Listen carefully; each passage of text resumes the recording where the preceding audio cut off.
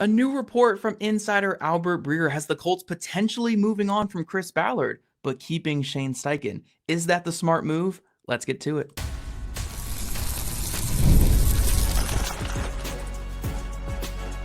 You are Locked On Colts, your daily Indianapolis Colts podcast. Part of the Locked On Podcast Network, your team every day.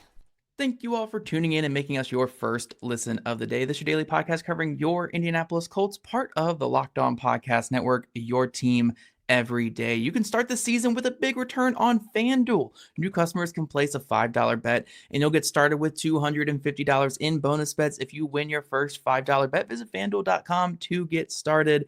Hello, everyone. My name is Zach Hicks, your favorite film nerd over at horseshoehuddle.com. And today we're talking all about Albert Breer's report on Chris Ballard and the Indianapolis Colts. We're going to talk about how I'm not personally a huge fan of this report. I mean, it's not the worst option, but I'm not a huge fan because it feels like another half measure with this team. I'll also talk about how this type of move isn't too crazy for the Indianapolis Colts or terribly crazy in the history of the NFL. We'll talk through that a little bit so it makes more sense in that segment. But first, let's kick it off by actually breaking down this report that Albert Breer made. So Albert Breer, an insider for Sports Illustrated, had a report on the Rich Eisen show talking about general managers that might not be back with their teams, head coaches that might not be back with their teams, like basically what we can expect next Monday from NFL teams. And this is what he had to say about the Indianapolis Colts and Chris Ballard. Now, I'm going to be paraphrasing a little bit just so I can get all the information to you guys, but he said, it sounds like general manager might be a question there rather than coach when referring to the Indianapolis Colts. He, aka Ballard, has been there 8 years and they've only been in the playoffs twice. So they could look at it and say, okay, Shane Steichen, you go bring in your own guy. And then he mentioned Ian Cunningham, who is, I think, the assistant general manager for the Chicago Bears. Those two overlapped in Philadelphia for a year, so there is some familiarity there.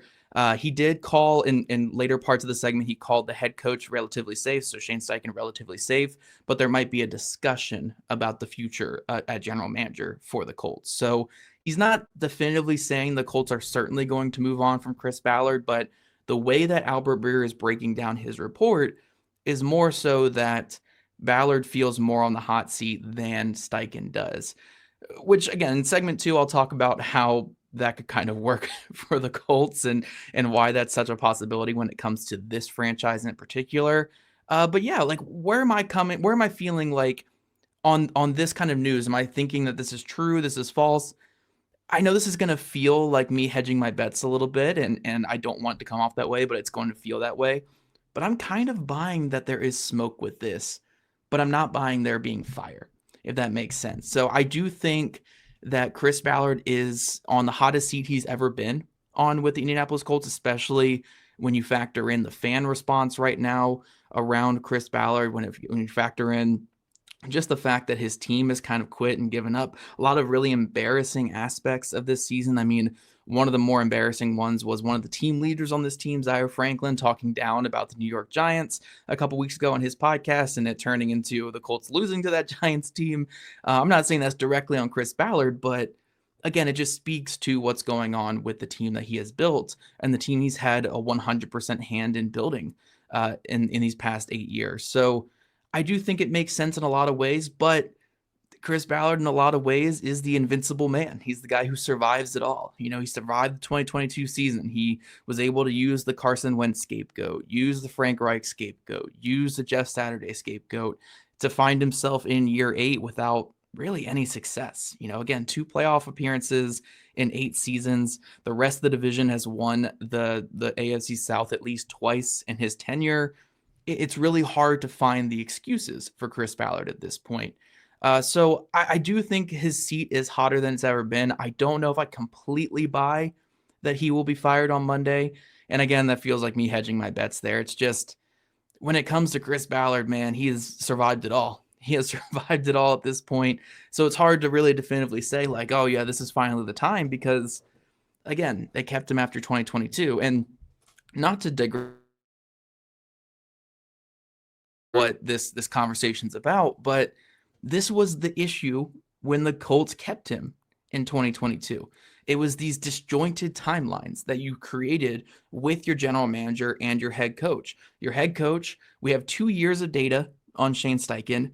1 year, very solid in 2023, was able to take the Colts on the cusp of making the playoffs with Gardner Minshew, turn Gardner Minshew into a Pro Bowl. I know I say Pro Bowl, kind of lightly there because with all the opt-outs and stuff, but Gardner Minshew was a Pro Bowl quarterback last season under him, and he was able to find success. They scored over 20 points in almost every game last year with Gardner Minshew at quarterback. They stole a couple games they shouldn't have stole. Shane Steichen did a really good job coaching this football team in 2023. We even saw people held accountable. I mean, late in the season, they suspended players on the bottom of the roster for violating team rules. Like, we saw the accountability. We saw him do pretty well with everything that revolved around being a head coach. Whereas this season, it's been kind of a disaster in every which way. The quarterback he had a hand in drafting has, quite frankly, not had a good second season. He seems to have regressed in his in-game play calling. His PR stuff with the media has been a direct mess. And all that to say, though, like, it's not that Shane Steichen, we don't know which Shane Steichen is real. Is the 2023 version where he did a really good job coaching this team, but they came up short late in the year with a backup quarterback, or is the 2024 version of Shane Steichen real, where this is simply not good enough? We only have 2 years of data on him, so it's hard to completely move on. I know a lot of people want to move on, and I understand it because our most recent data point is bad in 2024, but it's harder to move on from a guy where we only have 2 data points to compare, and you don't know which one's the real one, especially considering his history before coming to the Colts. It seemed to be all positive. With Chris Ballard, we know what he is. This is 8 years of Chris Ballard. We know what he's capable of doing. We know what he's capable of putting together, and we kind of have all the data points we need to say this is probably not the guy that's going to take the Colts over the hump. He's been able to get this roster up to a solid roster compared to where it was with Ryan Grigson, where going into 2017, it was just a train wreck of a roster around the quarterback that was Andrew Luck back then. So he's been able to build up this roster to a solid place, but I don't know if he can get this roster past that. And again, we have 8 years of evidence when it comes to that. So again, this is the problem with the disjointed timelines. When you don't sync up your general manager and your head coach, you have people getting tired of the stale approach of the general manager, but it's kind of hard to move on from the head coach after only 2 years with him. You want to give the head coach a little bit of time to build his culture and kind of build his resume and show what he can really do. So this is where you get problems like this turning into reports like this from Albert Breer, where it's like the Colts could be out on Chris Ballard and they could keep Shane Steichen for the next general manager. But then again, you're creating another disjointed timeline where Shane Steichen, by 2026, we'd say, okay, we have 4 data points on Shane Steichen. We kind of know what we have in Shane Steichen, but this new general manager, we only have 2 years on him. So we don't know what he can really build. And then it just keeps creating these disjointed timelines. I'm going to go more into this in the final segment when I talk about why I'm not a huge fan of this type of move. But again, it's kind of the half measure approach when it comes to, making these moves. Like, if you're going to clean house, just clean house. And this is this is what it creates when you don't clean house back the first time in 2022. You guys know Jake and I took over the podcast in 2022, and we were very adamant on it was the time to fire Chris Ballard back then. At that point, he had been the general manager for 6 years. It clearly was going down in the toilet. They built it back up in 2023. They're falling back down in 2024. It's certainly time now, but it was time back then too. So again, I don't want to rehash the whole conversation we had on the show yesterday where we talked about the case for and against firing Chris Ballard. You guys can go check out that episode yesterday to really hear our full thoughts on it. But this is just, it feels like another disjointed timeline they want to create, and I'm just not a fan of that. But again, I'll talk about that more in the final segment. But that is Albert Breer's report. He didn't go into too much more detail on the Rich Eisen show. It was kind of more of where he's thinking teams are at right now. And again, the report is that Chris Ballard might be out, Shane Steichen might be safe, and that could be the direction the Colts go this offseason. So coming up, we're going to talk about why this isn't super unprecedented in terms of the Colts and the NFL, and why it kind of makes sense for how the Colts have operated in the past. But first, the NFL playoffs are almost here, and it's not too late to get in on the regular season action with FanDuel, America's #1 sportsbook, because right now, new customers can finish season strong with $250 in bonus bets if your first $5 bet wins. FanDuel also has so many ways for you to pick up a W. I love betting on which players will score a touchdown and how many points each team will score. It's simply thrilling. Not only can you bet on who will win each game, but FanDuel also has bets for which players will score a touchdown, how many points each team will score, and so much more. Just visit FanDuel.com to join today. That's FanDuel.com for your chance at $250 in bonus bets. Make every moment more with FanDuel, an official sportsbook partner of the NFL. All right, Locked On Colts Everydayers, we are back talking about this new Albert Breer report, which mentioned that Chris Ballard could be the one out in Indianapolis, where Shane Steichen feels relatively safe, at least in Albert Breer's eyes. I did want to stipulate that I did mention this in the first segment. Albert Breer is a good insider. I generally respect his opinion. I don't think he's the most in the know with the Colts, but the reason why I'm kind of sold on this report is because it makes sense for how the Colts typically operate. Now, we all remember when Chris Ballard came in 2017, he was saddled with a lame duck coach in Chuck Pagano. And Chuck Pagano lasted that one season before Chris Ballard was able to pick his head coach to align with him in 2018, which was the great Frank Reich. That's who it was. No, he picked two head coaches essentially in 2018.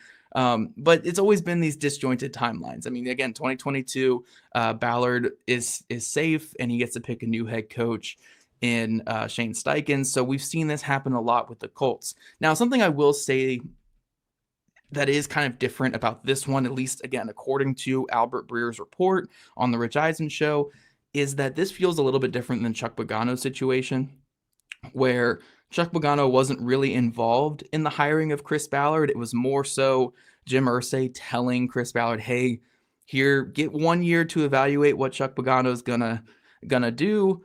And if you like him, keep him. If not, bring in your own guy. And clearly Ballard didn't like what Pagano was doing and brought in his own guy after the season. The way that Albert Breer kind of phrased it in his report was essentially that Shane Steichen would be a part of the process and would be involved with the next picking of the general manager to get someone who more aligns with his view of building a roster. Now, I will push back a little bit on that. It's kind of a weird way to think about it, because when Ballard hires Shane Steichen, wouldn't you think they'd be aligned on the way that a roster is built? But I digress. That's not what the point of this episode is about. But I do think this would be separate from the Chuck Pagano type of situation we had in Indy, where it was a lame duck coach. This makes it sound like this would be the coach a part of the process to, again, potentially pair those two together. I don't know if they'd actually be paired together because the Colts just love disjointed timelines, but that's what makes it feel a little bit different, at least for me. There are some situations around the NFL in the past like decade or so where this has happened, and it's not super uncommon. One of the more prominent ones is when Dorsey was fired from Kansas City early on in the Andy Reid tenure. Andy Reid survived that, was a part of the process of picking Brett Veach to be the next general manager, and they've gone on to win every Super Bowl since then, it feels like. I mean, they're winning Super Bowls left and right with Andy Reid and Brett Veach. Now, that was, again, a little bit of a weirder situation because that was an internal hire. That was more of a promotion. It was more so, it was time for Dorsey to, get out of the way so a guy like Veach could step up and be the guy that took them to the next phase of Kansas City Chiefs football, and ended up being a great thing for them. I don't think that's the direction the Colts would go. I don't think they would do an internal hire for the replacement of Chris Ballard if they went this direction. But again, it does show there is some precedent for a move like this, where the head coach is part of the process. The head coach still remains for the next general manager, and they're able to work together, maybe work even better together in the future. But I think the biggest thing that makes sense with this report in particular is it kind of is what Jim Irsay does. Jim Irsay, despite being a billionaire, despite being an NFL owner, he is on the lower end of NFL owners when it comes to money spent and cash flow, I guess, when it comes to other NFL owners.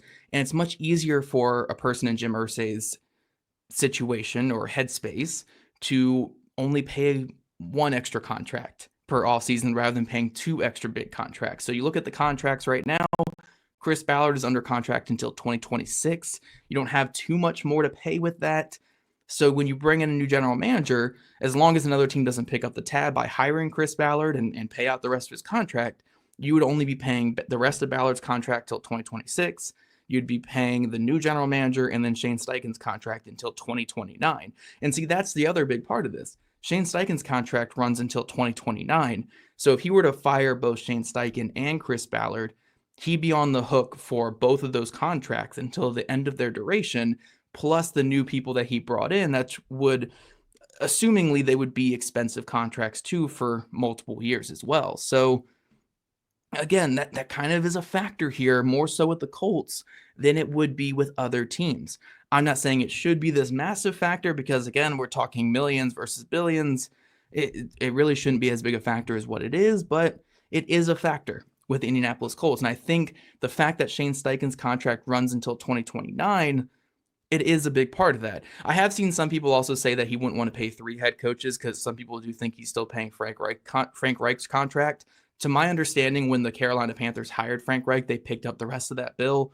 So he's not currently paying Frank Reich's contract. I did want to add that stipulation in there because that is potentially part of it, but I do believe he's not paying Frank Reich's contract. But still, he wouldn't want to be paying all four of those contracts at once. And that's why we haven't seen many clean houses, clean breaks under him as the Colts owner, because it is a lot of money to pay out, especially when the term lengths are not lined up. Chris Ballard expiring in 2026, Shane Steichen in 2029, not super aligned with where their contracts go. And again, that just kind of leads to this disjointed timelines a little bit. But my one pushback, I guess, on all this, and I know this segment is more so about why this makes sense for how the Colts operate and how this, obviously could there is precedent, I guess, in the history of the NFL, like with Andy Reid and the Kansas City Chiefs. My biggest concern with all this, though, is what has Shane Steichen done to deserve this type of leniency and kind of power as well? I mean, we go back to the Andy Reid situation with John Dorsey and Brett Veach. Andy Reid was a multiple-time AFC champion or NFC champion. He took teams to Super Bowls. Now he hadn't won any Super Bowls at that point, but he was a very sought-after head coach that they were able to lure to Kansas City, and he was able to make them contenders pretty early on, I think with Alex Smith as their quarterback. So when they made that switch to Brett Veach, obviously you were going to keep Andy Reid. That was your big fish and a guy that deserved the type of power and leniency that he ultimately got when you made that switch. Shane Steichen doesn't really have that kind of power for me. I know Steichen, as an offensive coordinator, went to the Super Bowl with the Philadelphia Eagles, and that's great. But if we're going off of even just what he's done in the NFL or what he's done with the Colts, I don't think he has deserved that type of power with the team. In his 2 years with the Colts, it's been adequate at best. If you want to be really optimistic, 2024, I feel like is so much worse than the optimism that 2023 brought that I would probably lean a little bit below adequate in his 2 years, especially with his recent PR gaffes, which I'm sure I'll do an episode on that eventually too, because they're just very frustrating for me personally. So yeah, I just don't know what he's done to deserve that type of power and leniency. I think the Pittsburgh Steelers recently had a change of general manager and Mike Tomlin survived. And it's like, yeah, duh, Mike Tomlin is a Super Bowl winning coach who gets them to the playoffs every year. Like, that's a different situation than what Shane Steichen would. I just don't know what Shane Steichen has done for me to survive a clean house and be involved in the next general manager process, because presumably you're like one or two bad seasons with Shane Steichen away from firing him. And then again, you get disjointed timelines with the new general manager that he helped pick in this scenario with this report. So that's kind of where my pushback is. Like, I do think logistically it makes sense for how the Colts have operated in the past, and I could definitely see the Colts doing this. But I guess I'm going to use this last point to kind of lead into the final segment where, yeah, it's not the worst scenario here, but it's certainly not a scenario that the Colts need. So coming up, I'm going to talk about my overall thoughts on this. I know I've kind of sprinkled in a lot of my thoughts on this report, but I'm going to just lay it all out in the final segment and talk about why I'm just not a fan of this report, and it's certainly something I would not do personally. But first, it's playoff time, and if you're like me, you want to make the most out of these final weeks of football action. That's where Prize Picks comes in. If you love football and want a chance to win real money while watching the games, Prize Picks is the place for you. It's the best way to turn your sports opinions into cash with daily fantasy player projections. With Prize Picks, you simply pick more or less on player stats like total passing yards or rushing touchdowns, and for a shot to win up to 1,000 times your money. You can make your picks in less than 60 seconds, and whether you're looking for a flex play to boost your payout or want cash out quickly, PrizePicks has got you covered. And with over 10 million members and billions in winnings, it's clear that people are loving this platform. I've been playing for a while now, and I'm having a blast. It's so easy to use, and I love how fast the payouts are. Seriously, I've gotten paid in as little as 15 minutes when my picks hit. Plus, the weekly promos like Taco Tuesday discounts add even more value to my lineups. And here's a special offer for Locked On NFL listeners. Download the app today and use code LOCKEDONNFL to get $50 instantly after you play your first $5 lineup. That's Prize Picks. Run your game. Download the app today and use code LOCKEDONNFL to get $50 instantly after you play your first $5 lineup. Again, Prize Picks, baby. Run your game. All right, Locked On Colts Everydayers. Again, we are back talking this Albert Breer report on the Rich Eisen show, where again, he says that Chris Ballard might be the odd man out, where Shane Steichen could be safe this offseason, and then Steichen could have a hand in picking the next general manager. And again, my overall opinion on this is I don't think it's the worst case scenario. For me, the worst case scenario would be running it back, or, I mean, dare I say, firing Shane Steichen and keeping Chris Ballard, because, gosh, I couldn't imagine doing that. I'm not saying that Steichen has deserved to keep his job here, but we can't have Chris Ballard picking another head coach. That would just be an absolute disaster at this point. But it's certainly not the best case scenario for the Colts. Again, this just feels like another half measure. And for me to put my literary cap on at this point, like, it feels like you have like an infected wound, and the infection is starting to spread through the rest of the body because you failed to treat it in the past. But now you're starting to treat where the infection started, but it's already spread. It's already in the rest of the body at this point. So just getting rid of that initial infection spot and that they neglected since 2022 to finally get rid of, it just feels like it's already in the rest of the body. At this point, you just need a clean house. You need a really hard reset. And I think they need closer to what they did in 2017 when Ballard first took over, where it's like, again, aside from the Chuck Pagano lame duck head coach, but in 2017, Ballard came in here and he got rid of a lot of talent on the roster. If there was any talent there, he got rid of a lot of, known faces on the team. He kind of tore the roster down to its studs and just kind of started over with this team. And it was going to be a bad year or two to start. But you kind of had to tear it all down because there was so much rotten about what was going on with that roster. And I think they kind of need that again. I do think this current roster is in a better place than where the Colts were heading into 2017, prior to Chris Ballard. But I do think that you're at this point where you built such a culture of complacency and you have so many bad contracts that it's like, we kind of need to tear this down and just get new voices in here, new opinions in here. I mean, look at what the Washington Commanders did this past offseason. Like, aside from the home run pick of Jaden Daniels, I know that's obviously something that really speeds up a rebuild.